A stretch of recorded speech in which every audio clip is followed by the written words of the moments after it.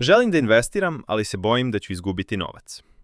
Ovo je jedna od najčešćih briga kod ljudi koji tek razmišljaju o investiranju i potpuno je razumljiva. Strah od gubitka novca je duboko ukorenjen, jer novac predstavlja sigurnost, slobodu i budućnost.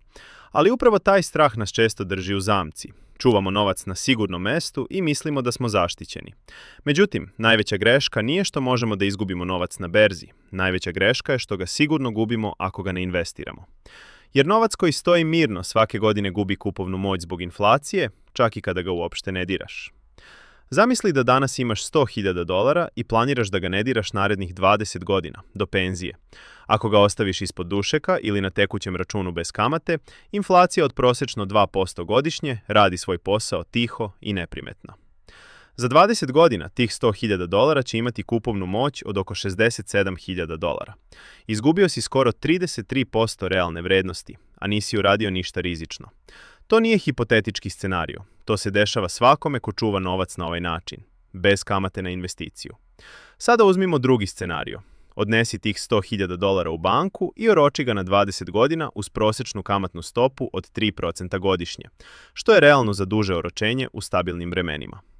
Posle 20 godina na računu će stajati nešto više od $180.000. Na prvi pogled zvuči odlično, novac se skoro udvostručio.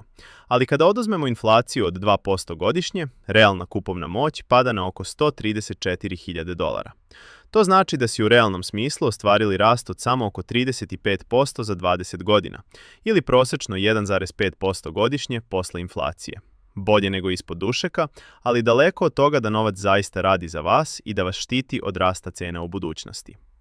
Investiranje nije bez rizika, to je tačno, ali ni čuvanje novca nije bez rizika. Jedini rizik koji je 100% siguran je rizik inflacije. Ona jede kupovnu moć svakog dana, bez izuzetka. Cilj investiranja nije da izbegnete svaki gubitak. Cilj je da prestanete da gubite novac na inflaciju i da ga vremenom uvećate. Ključna stvar koju treba da shvatite: rizik se ne eliminiše, on se upravlja. Edukacijom, diversifikacijom i dugoročnim pristupom, ne trgovanje na dnevnom nivou, rizik se drastično smanjuje. Što više znate, to manje strahujete i to bolje odluke donosite.